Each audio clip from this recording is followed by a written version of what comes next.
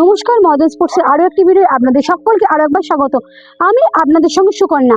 আগামী 17ই আগস্ট অনুষ্ঠিত হতে চলেছে ডুরান্ডের ডার্বি। এই ডার্বি নিয়ে কি বলছেন প্রাক্তন ভারতীয় গোলরক্ষক দেবাশিস মুখার্জি? ফুটবলের সব খবর জানতে আমরা চোখ রাখবো ফুটবলের লড়াইয়ে।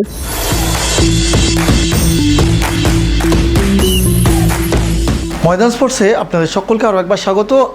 ডার্বি নিয়ে আড্ডা দিতে আজকে আমরা চলে এসেছি প্রাক্তন ভারতীয় গোলরক্ষক এবং আপনাদের অতি পরিচিত প্রাক্তন ফুটবলার দেবাশিস মুখোপাধ্যায়ের কাছে। প্রথমে যেটা জানতে চাইবো দেবদা, ডার্বি আর মরশুমের শুরুতেই ডার্বি, এই শুরুতে ডার্বি হওয়া কীভাবে দেখছো এই ডার্বিটাকে? ডার্বি দেখো, আমাদের সময় হতো ওই এক্সিবিশন ম্যাচ দিয়ে ডার্বি হতো, মানে কোনো টুর্নামেন্টের প্রথম দিকে ডার্বি মিট করছে বা সেমিফাইনাল ফাইনাল ছাড়া তো মনমান ইজওয়াল মিট হতো না যে কোনো ইন্ডিয়ার যে কোনো জায়গায়। এখানে এবছর আমি প্রথমেই দেখছি যে ডুরান্ড কাপে ওদের নিজস্ব একটা সেট আপের জন্যে টিমগুলোকে নিয়ে আসবে, এক্সট্রা খরচ হবে ওই এক জায়গায় কোনো রকমে করে দিতে।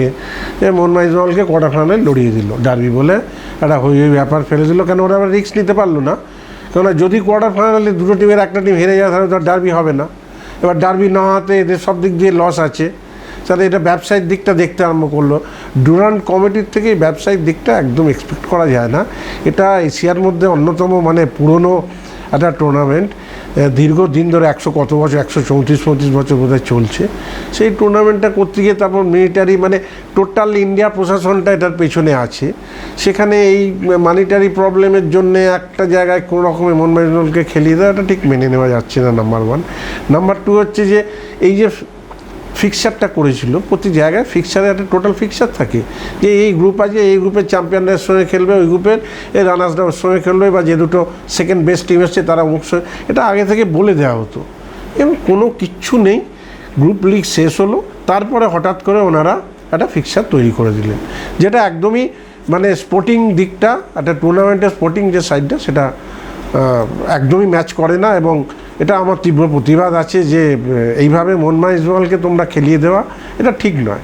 প্লেয়াররা একটা টিম এবারে আইএসএল লেটে হবে বা হচ্ছে না যাওয়ার এর জন্য কোনো টিমই সেইভাবে প্র্যাকটিস করতে পারে না। একটা প্রি সিজন কন্ডিশনিং ক্যাম্প হয়, সেই ক্যাম্পও হয়নি, প্লেয়ারদের একটু তৈরি হতে হয়, এতদিন তারা রেস্ট নিয়েছে, তাদেরকে তৈরি হওয়ার সুযোগ দিতে হবে। কিচ্ছু না করে হঠাৎ করে 4-5 দিনের প্র্যাকটিস একটা টুর্নামেন্টে খেলিয়ে দেওয়া এটা একদমই ঠিক নয়।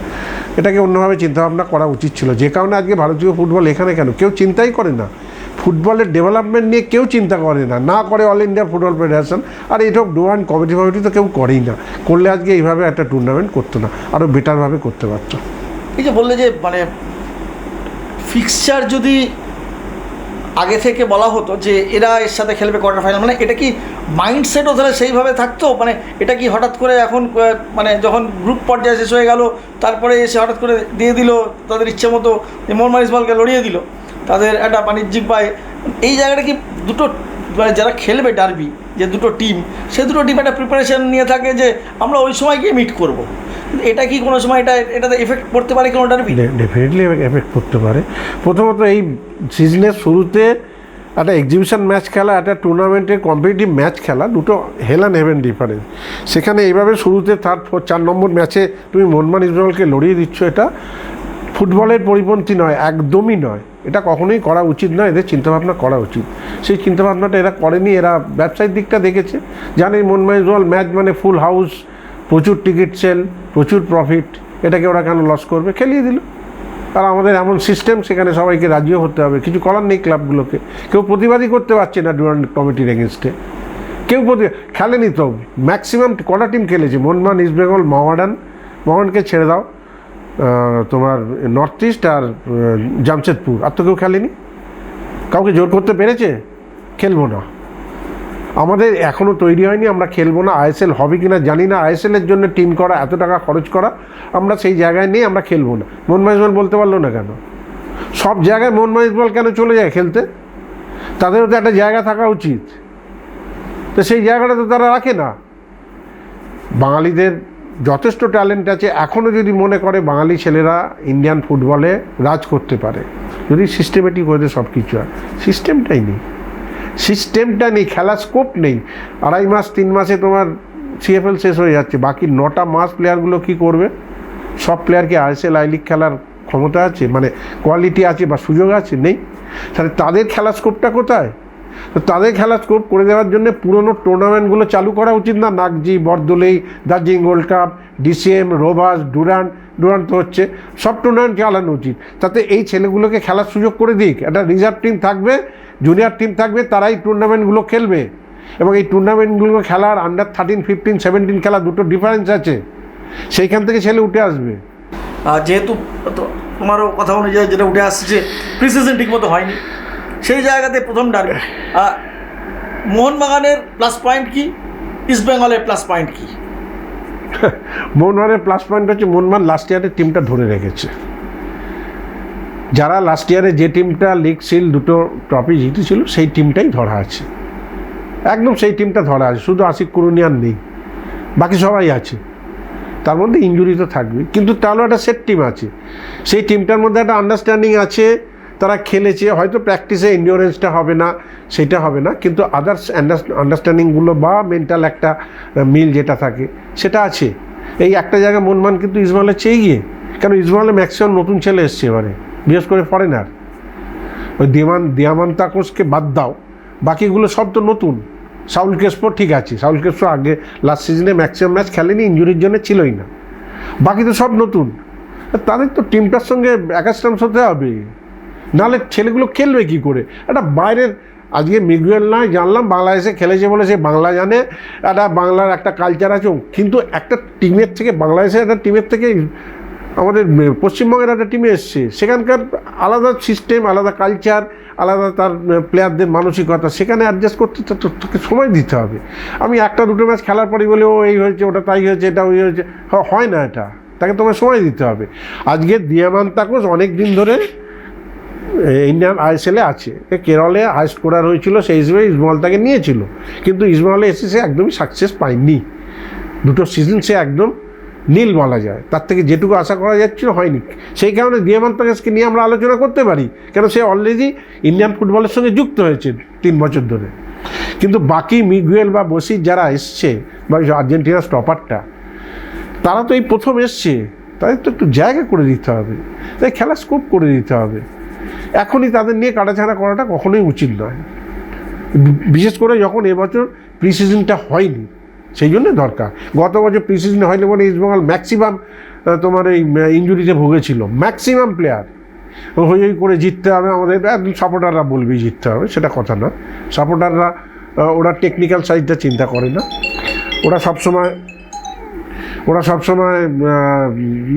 আমাদের টিম, আমরা সাপোর্টার, আমার টিম জিতবে, এটা চাইবে, সবাই চাইবে।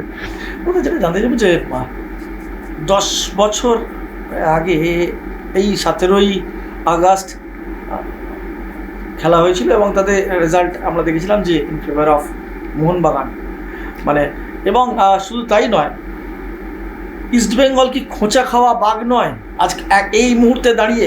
কারণ ইস্টবেঙ্গল গত মরশুমের যা পারফরমেন্স এবং গত মরশুমে তাদের যা হালাকিগত, তাতে কি ইস্টবেঙ্গল খোঁচা খাওয়া বাঘ হয়ে থাকবে না? এটা তো, এই কথাটা তো দীর্ঘদিন ধরে শুনে যাচ্ছি, ইস্টবেঙ্গল খোঁচা খাওয়া ভাগ। আরে খোঁচা খাওয়া ভাগটা কখন বলবে? যে টিমটা গাড্ডায় পড়ে আছে, যে টিমটাকে ওখান থেকে ঘুরে দাঁড়াতে হবে, তখন ইস্টবেঙ্গলকে সবাই বলে এসছে খোঁচা খাওয়া ভাগ। সেটা মাঝে সাঝে এক আধবার ঘটেছে, বেশিরভাগ সময় ঘটেনি। ওটা কথা না, মাঠে নেমে প্লেয়াররা খেলবে, যা তাদের যা কোয়ালিটি বা তাদের ইনভলভমেন্ট যা, তার উপর প্রত্যেকে প্রফেশনাল প্লেয়ার, তারা প্রত্যেকে জানে কোন ম্যাচ জিততে হবে, কোন ম্যাচে 100%, 200% দিতে হবে। সুতরাং তাদেরকে আমরা এখান থেকে যদি বলি খোঁচা খাওয়া বা খেপে উঠলো, অমুক করে উঠলো, এগুলো বেকার, মানে ওয়াস্ট কথাবার্তা, এগুলো কোনো যুক্তি নেই। আর এখন ইস্টবেঙ্গল খোঁচা খাওয়া ভাগ, লাস্ট ইয়ারে ভালো রেজাল্ট করতে পারেনি, মোহনবাগানের কাছে হেরেছে মানে আজকে খোঁচা খাওয়া ভাগ হয়ে গেল, তা তো নয়। এবারে নতুন টিম নতুনভাবে চিন্তাভাবনা করছে, এবং প্রত্যেকটা টিমই চায়, প্রত্যেকটা কোচই চায় আমার টিম ভালো খেলুক, জিতুক, সেটা যে কোনো ম্যাচই হোক, যে কোনো ম্যাচ। এই ম্যাচটাকে আমরা ডার্বি হিসেবে দেখি বলে এটাকে নিয়ে আমরা পেপারে বলো, ইলেকট্রনিক্স মিডিয়াতে বলো, হই হয়, এই হয়েছে, তাই হয়েছে, অমুক তমুক। আরও আগে আমাদের সময় কী হতো, বাড়ি বাড়ি চলে যেত, কে কী করছে খেলার ডার্বি ম্যাচের আগে, কে কোথায় গেল, কী করলো, এসব গল্প নানা রকম চলতো। এখন সেটা কমেছে, কিন্তু অন্যদিকে বেড়ে গেছে। অন্যদিকে এই হাইপ করার দিকটা প্রচণ্ডভাবে আর বিভিন্ন মিডিয়াতে সব এখন জড়ো হয়েছে, নানা রকম সাইট খুলেছে, এগুলো নিয়ে চলছে। এগুলো নিয়ে ভেবে কোনো লাভ নেই। বেটার খেলতে হবে, জিততে হবে। এখন প্র্যাকটিস হয়নি কি সেটা কেউ শুনবে না এখন, এটা আমি বলছি, বা আমার মতো যারা চিন্তাভাবনা করে তারা হয়তো বলবে। কিন্তু বাকিরা কথা হচ্ছে ম্যাচ যখন দিয়েছে খেলতে হবে, জিততে হবে। এবার জিততে গেলে যা যা দরকার সেইগুলো করতে হবে। কোচ যেভাবে টিমটাকে এই মুহূর্তে সেট করেছেন মানে এই কদিনে ওনাকে সেট করতে হয়েছে, ওনারও কিছু করার নেই। এই কদিনের মধ্যে উনি যেরকমভাবে খুব তাড়াতাড়ি একটা জায়গায় যেতে গেলে কি করতে হয় সেটা উনি তাদের মধ্যে ঢুকিয়েছেন। এটা তো লং টার্মের ব্যাপার নয়, এটা খুব ইজি, কুইক আমাকে ওই জায়গাটা যেতে হবে। তাদের কিছু স্ট্র্যাটেজি আছে, কিছু ট্যাকটিস আছে, সেগুলো উনি যেরকমভাবে প্লেয়ারদের মধ্যে দিয়েছেন, কি করলে হবে না হবে, প্লেয়ারের কোয়ালিটি অনুযায়ী উনি তৈরি করেছেন স্ট্র্যাটেজিটা, সেগুলো বলবে, তার উপর হবে। এটা মানে আমি মানে একদম ঝাঁপিয়ে পড়বো, অমুক করবো তমুক করবো, এটা হতো, অবশ্যই হতো। মোহনবাগান ইস্টবেঙ্গল ম্যাচ যখন 11টার মধ্যে 9টা 10টা ছেলে বাঙালি ছিল, 8টা 9টা ছেলে বাঙালি ছিল একটা টিমে, তখন এটা প্রচুর ব্যাপার ছিল। কেননা প্রতিটা বাঙালি ছেলেকে বাড়িতে বলো, অফিসে বলো, পাড়ায় বলো, এই মোহনবাগান ইস্টবেঙ্গল নিয়ে নানা রকম কমেন্ট শুনতে হতো। তো সেই জায়গাটা থেকে বেরোতে গেলে, মাথা উঁচু করে ঘুরতে গেলে তাদের একটা প্রেস্টিজের ব্যাপার থাকতো, যেটা আমায় করতেই হবে, ভালো করতেই হবে। এটা একটা অন্য মোটিভেশন ছিল। এখন তো সব বাইরের, তারা জানেই না পাড়া, অফিস, রকে বসে আড্ডা, এগুলো তারা বোঝেই না, জানেও না। আর তাদের মধ্যে এই ফিলিংসটাও নেই, বাঙাল ঘটির ফিলিংসটাও নেই। বলে মুখে, অনেকে ধরিয়ে দেয়, শিখিয়ে দেয়, মুখে বলে, কিন্তু আলটিমেটলি তাদের মধ্যে এই ফিলিংসটা নেই। কিন্তু দে আর অল প্রফেশনাল, কিন্তু তারা প্রফেশনাল, তারা প্রতিটা ম্যাচ ক্লাবের জন্য জীবন দিয়ে দেয় এবং জেতার জন্যই খেলে। কি মনে হয় যে ইস্ট বেঙ্গল এবার মাঝমাঠটা অনেকটা স্ট্রং হয়েছে রাদার দ্যান লাস্ট ইয়ার, এবং যেভাবে খেলছে ইস্ট বেঙ্গল মাঝমাঠে? মিগুয়েলকে ভালো লেগেছে। মিগুয়েল দুটো দিক দিয়ে, বিশেষ করে ডান দিক দিয়ে বেশি অপারেট করে। Miguel good player. মাঝমাঠে মিগুয়েল যদি অপারেট করতে পারে, কিন্তু মাঝমাঠ জিকসন সিং আছে, জিকসন লাস্ট ম্যাচটা একটুখানি কথা খেলেছিল। মাঝমাঠটা ঠিকঠাক স্কিম করতে পারলে ইস্টবেঙ্গলের জায়গা বেটার, কিন্তু গোলটা কে করবে? গোল করার লোক দরকার। ময়েস ভেতরে ঢুকে আসছে, পিভি বিষ্ণু সে ওই বাইরে দিয়ে অপারেট করা। পিভি বিষ্ণু খেলা ধরে ফেলেছে। পিভি বিষ্ণু একটা সিস্টেমে খেলে। ও প্রথম দিকে যে রেজাল্টটা পেয়েছিল, যে মানে চোখে পড়েছিল, পরের দিকে আমি বলেইছিলাম একটা টিভি চ্যানেলে যে এরপরে কিন্তু ওর খেলাটা একই খেলা, ওকে ধরে ফেলবে, ওকে কিন্তু আর ডচ করতে দেবে না। কিন্তু পরের দিকে পিভি বিষ্ণু আর এফেক্ট হয়নি, ওটা তো এফেক্টিভ হবে না। কেন? খেলা তোমায় চেঞ্জ করতে হবে। তুমি একই সিস্টেমে যদি একই ডজ একই করো, ওকে সামনে দাঁড় করিয়ে দেবে, পরে আর একটা সেকেন্ডে আরেকজনকে রাখবে, ওখান থেকে বেরোতে পারবে না। তাহলে পিভি বিষ্ণু ওই সাবস্টিটিউট হিসেবে আসবে, সায়ানো সাবস্টিটিউট হিসেবে আসবে। ময়েসটা খুব ভাইটাল, কিন্তু ময়েসকেও দেখলাম কটা ম্যাচে ও ভেতরে ঢুকে যাচ্ছে। যতক্ষণ না ফরওয়ার্ডে গোল পাচ্ছে দিয়ামান্তাকোস বা এই তোমার হামিদ, ততক্ষণ কিন্তু ইস্টবেঙ্গলের ম্যাচ উইন করা খুব টাফ হয়ে যাবে। কারণ গোল না করলে হবে না। এই নিচ থেকে আনোয়ার আলী, সাউল ক্রেসপো যে নামলো সে গোল করে দিল, এটা ওই সব টিমের এগেনস্টে হবে, মোহনবাগান টিমের এগেনস্টে হবে না। মোহনবাগান টিমের এগেনস্টে তোমাকে সিস্টেমেটিক্যালি তোমায় খেলে যেতে হবে, গিয়ে গোল করতে হবে, ট্যাকটিক্যালি তোমায় ওখানে বেগিয়ে থাকতে হবে। এরকমভাবে তো হবে না। তো ওইখানে এখন ডিপেন্ড করছে এরা স্কোরিং এবিলিটিটা কতটা বেটার হবে তার উপর। কামিন্সকে আমি দেখলাম এবার, ওর মানে কামিন্সের অ্যাটিটিউডটা আমার একটু ভালো লাগলো, খুব ভালো লাগলো। একটা সেকেন্ড ম্যাচটাতেই দেখলাম ও পরের দিকে নেবে, স্কিম করছে মাঝমাঠে, সুন্দর স্কিম করছে, যেটা স্টুয়ার্ট করতো। এটা খুব এফেক্টিভ। মোহনবাগানের ক্ষেত্রে মাঝমাঠটা খুব দরকার। তেমনি তোমার ইস্টবেঙ্গলে সাউল ক্রেসপো দেখো, হাউসবুক তো এমনি স্লো প্লেয়ার, ও বল ধরে ভীষণ স্লো, খেলাটা স্লো হয়ে যায়, ও অতটা ফাস্ট নয়। কিন্তু ওপরের দিকে যাদের যেতে হবে, এই মিগুয়েল ছেলেটা ভালো, বসির ভালো, আর ফরওয়ার্ডে আর একটা কে আছে, কি যেন নাম, ওটা ভুল হচ্ছে, হামিদ গোলও করছে, গোল করেছে নয়, একটা গোল করেছে। ফার্স্ট ম্যাচটা নেবেই, সেকেন্ড হাফে নেবে গোল করেছিল। আবার পরের ম্যাচটাতে একটা ইজি গোল, ইজি চান্স ভলি করে গোলে রাখা উচিত, ওটা বাইরে মারলো। দেখো এগুলো হতেই পারে, কিন্তু ব্যাপার হচ্ছে যে ওকে সেই জায়গাটা তো দিতে হবে। ও যে একটা জায়গা থেকে এসছে, একটা জায়গায় ও হতেই পারে, তাকে সেই সুযোগটা দিতে হবে। এখন যদি ওর মিসটা নিয়ে আমরা হই করি, সেই জায়গাটা ওকে দিতে হবে। আর ইস্টবেঙ্গল যেটা ব্যাকফুটে, আমি তোমায় বলে দিচ্ছি যে ইস্টবেঙ্গল গোল করার লোক নেই। তুমি বললে লাস্ট ম্যাচে 5টা, আরে কার এগেনস্টে খেলছি, কোন কোন টিমের এগেনস্টে ইস্টবেঙ্গল খেলেছে তুমি বলো না? ইস্টবেঙ্গল 3টে কোন টিমের এগেনস্টে খেলেছে? মোহনবাগানের চেয়ে অনেক বেশি টাফ টিমের এগেনস্টে খেলেছে, কিন্তু ইস্টবেঙ্গল তো কোথায়, কোনো অপোজিশনই নেই, কোনো অপোজিশন নেই। ধরে ধরে গোল যে যখন পাচ্ছে 4 গোল 5 গোল করে দিয়ে যাচ্ছে। তো ওই খেলাগুলো দিয়ে তো তুমি বিচার করলে হবে না। তোমাকে এই কোয়ার্টার ফাইনাল ম্যাচটাতেই একদম টাফ, দুটো টিমের লড়াই হবে, যে বেটার খেললে বেরিয়ে যাবে। ইস্টবেঙ্গল গোলকিপারকে তার মানে কি বেশি প্রেসারে থাকতে হবে রাদার দেন মোহনবাগান গোলকিপার, মানে যেই খেলুক, দেবজিৎ খেলুক বা যেই খেলুক, তাকে কি মানে রাদার দেন গায়ের থেকে দেবজিৎকে বেশি চাপটা নিতে হবে? দেখো, নাম্বার 1 হচ্ছে দেবজিতে খেলা কোনো স্কোপই নেই, তোমার পরিষ্কারই বলে দিলাম। দেবজিতের সেই কোয়ালিটি নেই, দেবজিৎকে খেলাবেও না, কোনো কোচই খেলায় না ওকে। ওই 1-2 ম্যাচ হয়তো খেলবে, তারপরে আর খেলায় না। এই ডুরান্ডে 1টা ম্যাচ খেলেছে, তারপর যথারীতি গিল চলে এসছে, গিলই খেলছে। গিলের ওপর চাপ থাকবে, তবে গিলও খুব একটা ভালো জায়গায় নয়, মানে এখনও নিজেকে সেই পরিমার্জিত করতে পারিনি। এতগুলো 3টে সিজন হয়ে গেল, আরও বেটারমেন্ট ওর থেকে আমি এক্সপেক্ট করি। হ্যাঁ, ডেফিনেটলি গিলের ওপর প্রেশার পড়বে। প্রেশার পড়লে কিন্তু গিল প্রবলেম আছে, গিলের ওপর প্রেশার পড়লে গিলের প্রবলেম আছে। গিল এখনও নিজেকে সেই জায়গায় আনতে পারিনি। আশা করবো এই সিজনটা ও হয়তো আরও বেটার নিজেকে ধরবে। আর অন্যদিকে বিশাল তো যথেষ্ট ম্যাচিওর ছেলে, ভুল হয়, ভুল করেছে। ইন্ডিয়ার ওই বাংলাদেশ ম্যাচটাও যথেষ্ট ভুল করেছে, প্রথম 10-15 মিনিট খুব ফাম্বল করেছে, যেটা ওর থেকে এক্সপেক্ট করা যায় না। তাহলেও বললো বিশাল কায়েত এই মুহূর্তে ইন্ডিয়াতে নাম্বার 1, এবং ওর ধারে কাছে এই মুহূর্তে কেউ নেই। বিশালের ধারে কাছে কোনো গোলকিপার এই মুহূর্তে নেই।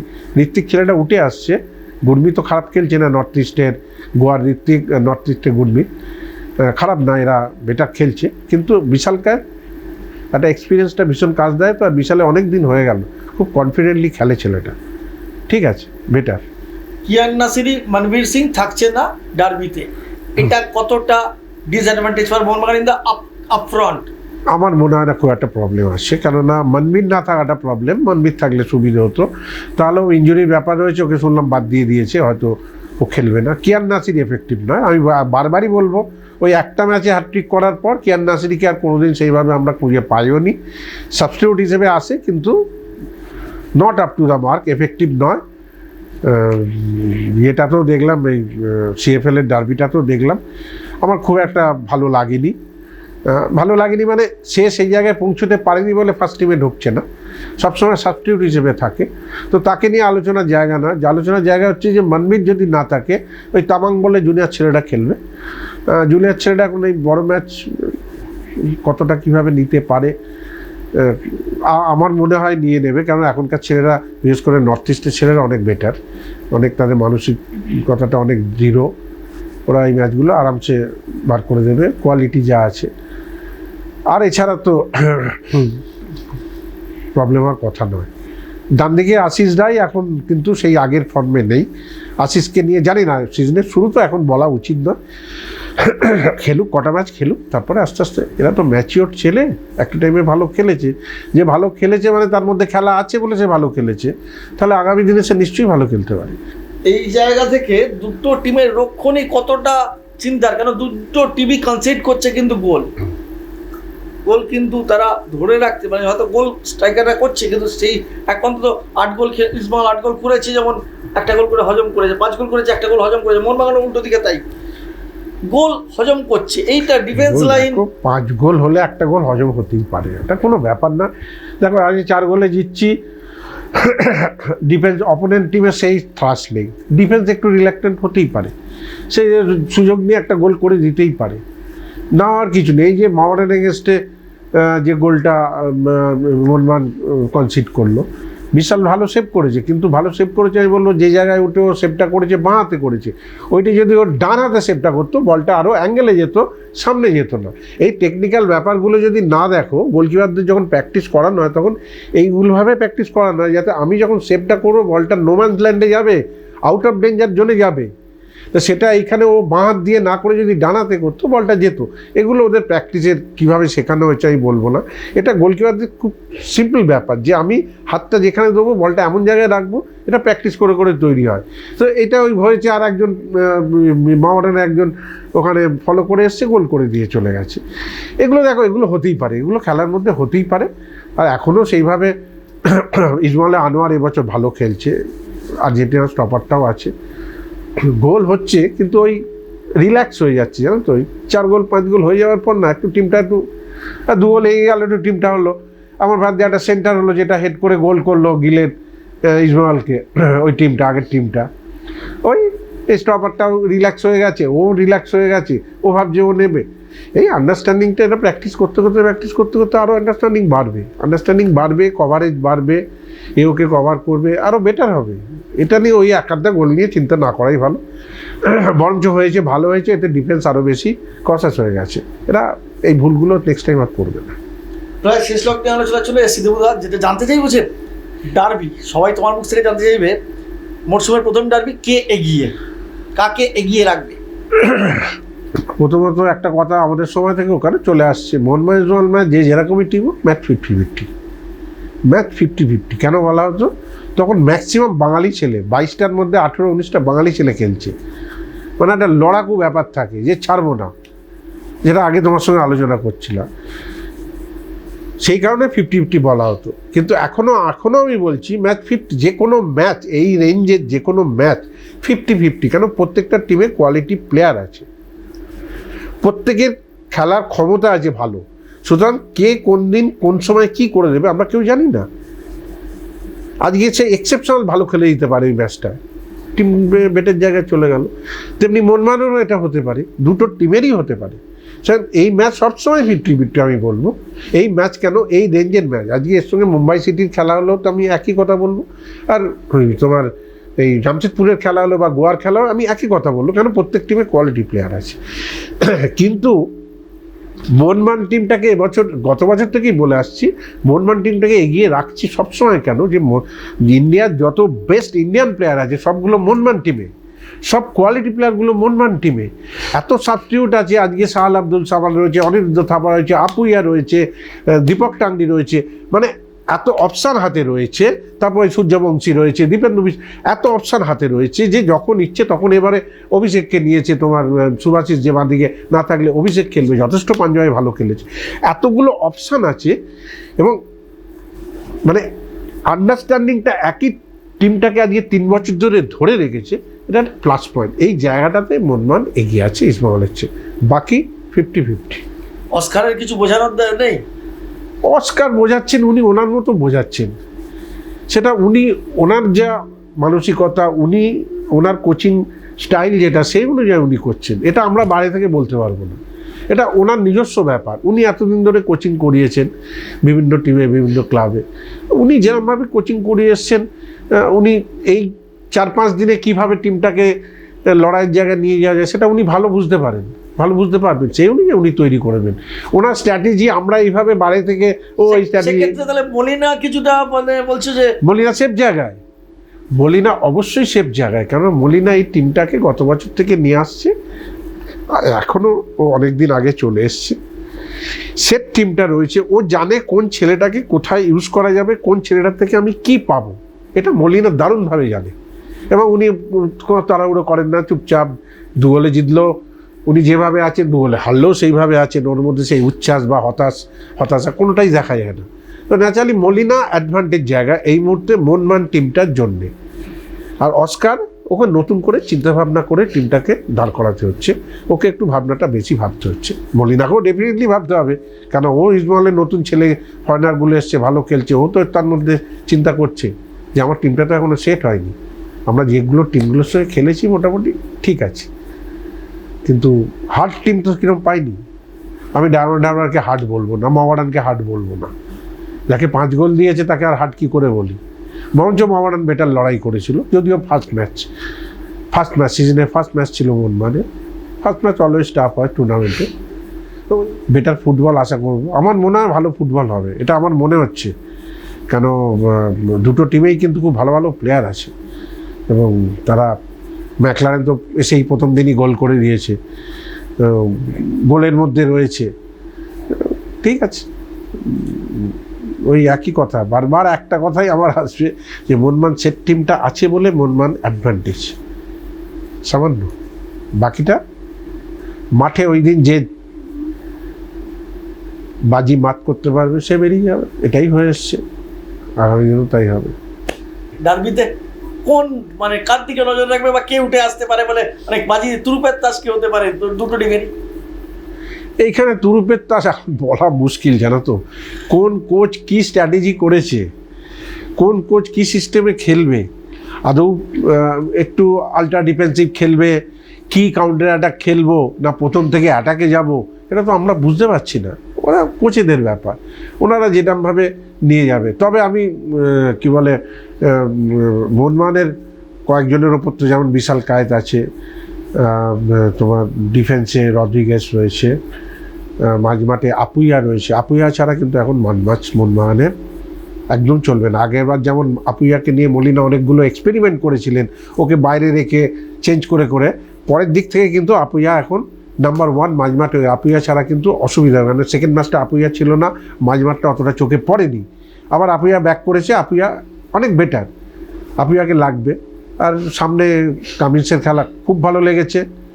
লিস্টন কোলাসো, মানে কি বলবো, মানে লিস্টন কোলাসো লাস্ট 2 বছরের চেয়ে 2 বছর আগে যা ছিল, আজকে লিস্টন কোলাসোকে সেই জায়গায় দেখছি যে লিস্টন কোলাসো একটা প্লাস পয়েন্ট। এবারে মোহনবাগানের অ্যাডভান্টেজ হচ্ছে লিস্টন কোলাসোর ফর্মে আসা। ও তো ঠিক আছে, মাঝে মাঝে ফর্মে এসছে, মাঝে মাঝে এমন এমন গোল করে দিয়েছে, টিমকে নিয়ে চলে গেছে, কিন্তু লিস্টন কোলাসো এবছর প্রথম থেকে অসম্ভব ভালো খেলছে, অসম্ভব ভালো খেলছে। এটা অ্যাডভান্টেজ। আর লিস্টনকে দেখতে গেলে ম্যাকলারেনকে ছেড়ে দেবে, কামিন্সকে ছেড়ে দেবে, আর কামিন্সকে দেখতে গেলে লিস্টন ফ্রি খেলবে, এই অ্যাডভান্টেজগুলো আছে। মোহনবাগানের মাঝমাঠ ফরওয়ার্ড লাইনের আমি কম্বিনেশনটা একটু দেখতে চাইছি যে কতটা বেটার, এবং ওইখান থেকে কিন্তু অপোনেন্টকে ভাঙার দারুণ জায়গা। ইস্ট বেঙ্গলের ক্ষেত্রে 3 জনের নাম খুব শোনা যাচ্ছে, পিভি বিষ্ণু এবং হামিদ বা মিগুয়েল। তোমার কি এদের উপর নজর থাকবে?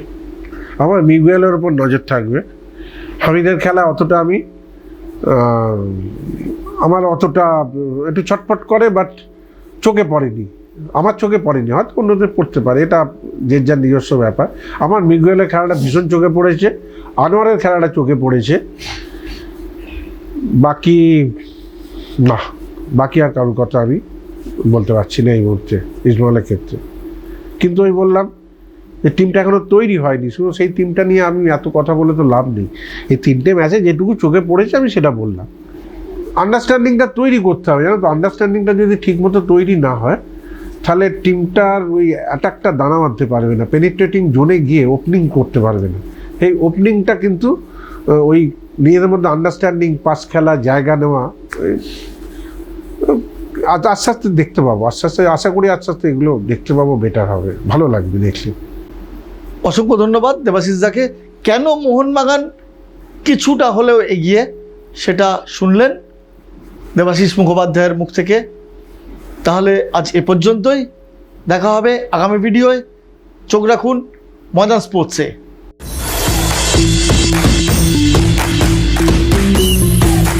ভিডিওটি ভালো লাগলে লাইক করুন, শেয়ার করুন, আপনাদের মতামত কমেন্ট করে দিন, চ্যানেলটাকে সাবস্ক্রাইব করুন এবং পাশে বেল আইকনটাকে প্রেস করে দিন। দেখা হবে আবার পরের ভিডিও।